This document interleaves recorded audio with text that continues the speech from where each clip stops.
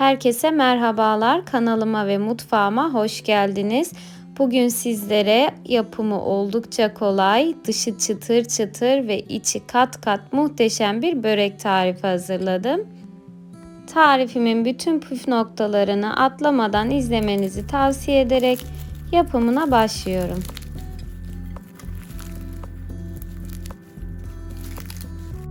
Böreğimin hamuru için ilk olarak 1 tatlı kaşığı kuru maya, 1 tatlı kaşığı toz şekeri ekleyerek üzerine 2 su bardağı ılık suyu ilave ediyorum.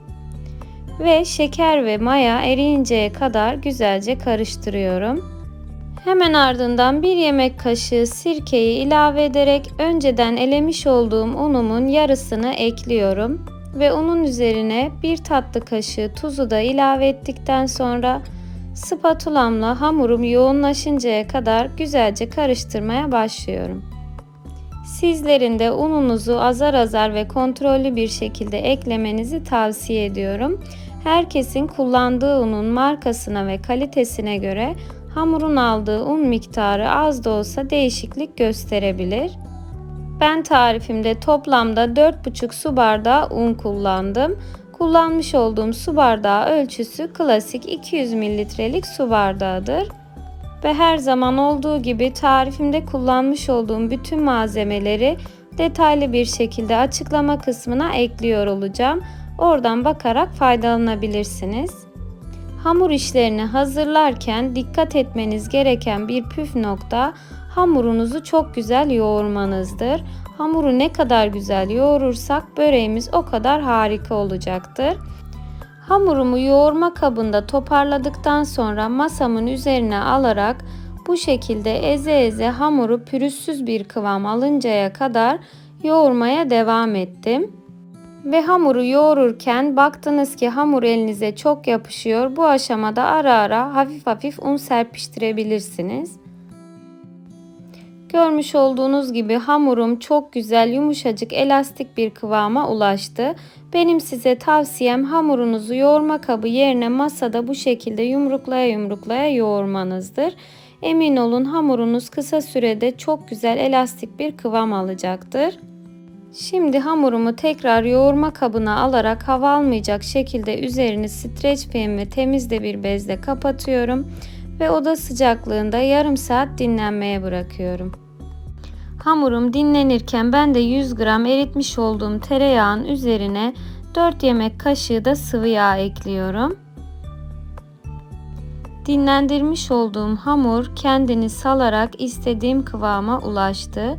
Görmüş olduğunuz gibi sakız gibi uzayan, elastik, yüzeyi de pürüzsüz muhteşem bir kıvam aldı.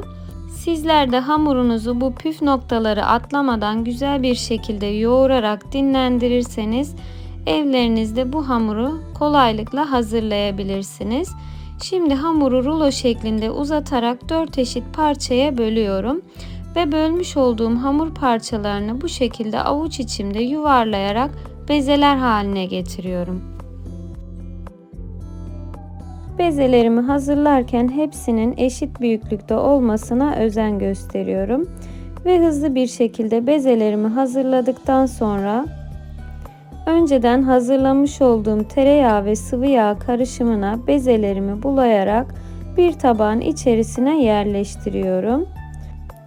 Çok fazla yağlamıyorum. Bir bezeye 1 yemek kaşığı yağ olacak şekilde güzelce yağladıktan sonra üzerine bir streç filmle hava almayacak şekilde kapatarak oda sıcaklığında 15 dakika dinlenmeye bırakıyorum.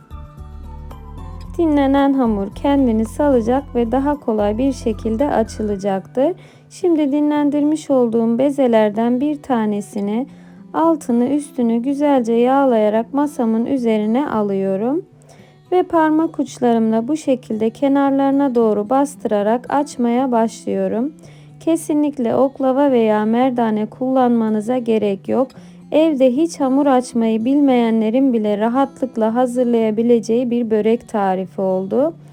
Bu şekilde parmak uçlarımla ittirerek ve ara ara üzerini yağlayarak hamuru açmaya devam ediyorum. Ve kısa süre içerisinde açmış olduğum hamurumu üçgen dilimler şeklinde 8 eşit parçaya kesiyorum. Ve önceden hazırlamış olduğum peynirli maydanozlu iç harcımı 4 parçanın içerisine yerleştiriyorum. Ben bugün peynirli iç harcı kullanmayı tercih ettim. Sizler dilediğiniz iç harcı ile bu böreği hazırlayabilirsiniz. İç harcına ilave etmiş olduğum hamur parçasını taşmaması için kenarlarından bu şekilde kapatarak ileri doğru sardıktan sonra boş olan hamur parçasının üzerine alıyorum ve aynı şekilde yine kenarlarını kapatıp bunu da ileri doğru sarıyorum. Ve elimle üzerine bastırdıktan sonra böreğimin şeklini vermiş oluyorum. Daha önce bu şekilde börek tarifi denemediyseniz bu tarifi ısrarla denemenizi tavsiye ediyorum. Gerçekten dışı çıtır çıtır olurken içi de kat kat muhteşem bir börek tarifi oluyor. Eminim ki tarifimi denediğinizde sizler de çok beğeneceksiniz. Bu böreği isterseniz akşam yemeği yanında, isterseniz kahvaltılarınıza, isterseniz de 5 çayına kolaylıkla hazırlayabilirsiniz. Yapımı gerçekten çok pratik ve çok az malzeme ile kolay bir şekilde hazırlanan bir börek tarifi oluyor. Ve şimdi hazırlamış olduğum böreklerimi altına yağlı kağıt sermiş olduğum pişirme tepsime yerleştiriyorum. Ve kalan 3 bezemi de aynı şekilde açarak böreklerimi hazırlamaya devam ediyorum. Ve daha önce de belirtmiş olduğum gibi ben böreğimi peynirli iç harcıyla hazırlamayı tercih ettim. Ancak sizler dilediğiniz iç harcını kullanarak bu böreği hazırlayabilirsiniz. Aynı hamurdan patatesli, kıymalı veya ıspanaklı, pırasalı olarak da böreğinizi hazırlayabilirsiniz. Ben diğer böreklerimi de hazırlamaya devam ederken sizlere de ufak bir hatırlatma yapmak istiyorum. Eğer videomu buraya kadar izlediyseniz ve beğendiyseniz aşağıda bulunan beğen butonuna basarak yorum kısmına benim için ufak da olsa bir yorum bırakmayı unutmayın lütfen. Ve henüz kanalıma abone değilseniz bu videoyu izledikten sonra kanalıma abone olarak bildirim zilini de açarsanız paylaşmış olduğum tariflerden anında haberdar olursunuz. Bütün böreklerimi hızlı bir şekilde hazırladıktan sonra altına yağlı kağıt sermiş olduğum fırın tepsime hepsini yerleştiriyorum. Ve bu şekilde elimle bastırarak biraz daha açıyorum. Hepsini bu şekilde açtıktan sonra üzerini temiz bir bezle kapatarak oda sıcaklığında yarım saat tepsi mayası için dinlenmeye bırakıyorum. Böreklerimi dinlendirdikten sonra artan yağımı fırça ile bu şekilde böreklerimin üzerine sürüyorum. Ve çörek otu ve susam karışımı ile güzelce süslüyorum. Sizler dilediğiniz gibi süsleme yapabilirsiniz. Hatta bu aşamada böreklerin üzerine yumurta sarısı da sürebilirsiniz. Ben bu şekilde hazırlamayı tercih ettim. Dilerseniz sade olarak da pişirebilirsiniz. Ve bu arada fırınımı da ısınması için 200 derecede ayarladım.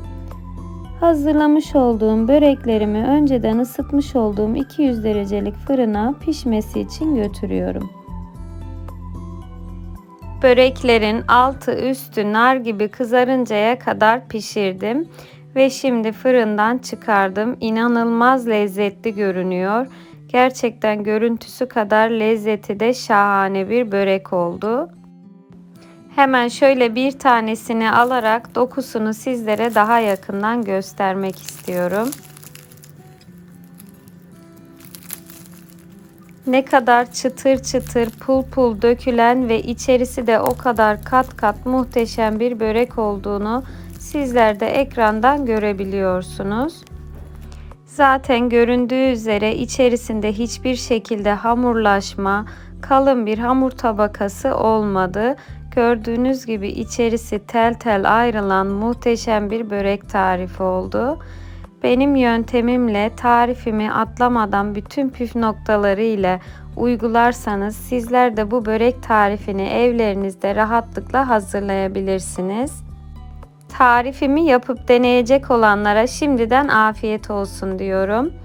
Ve tarifimi beğendiyseniz görmesini ve yapmasını istediğiniz arkadaşlarınızla hemen tarifi paylaşabilirsiniz.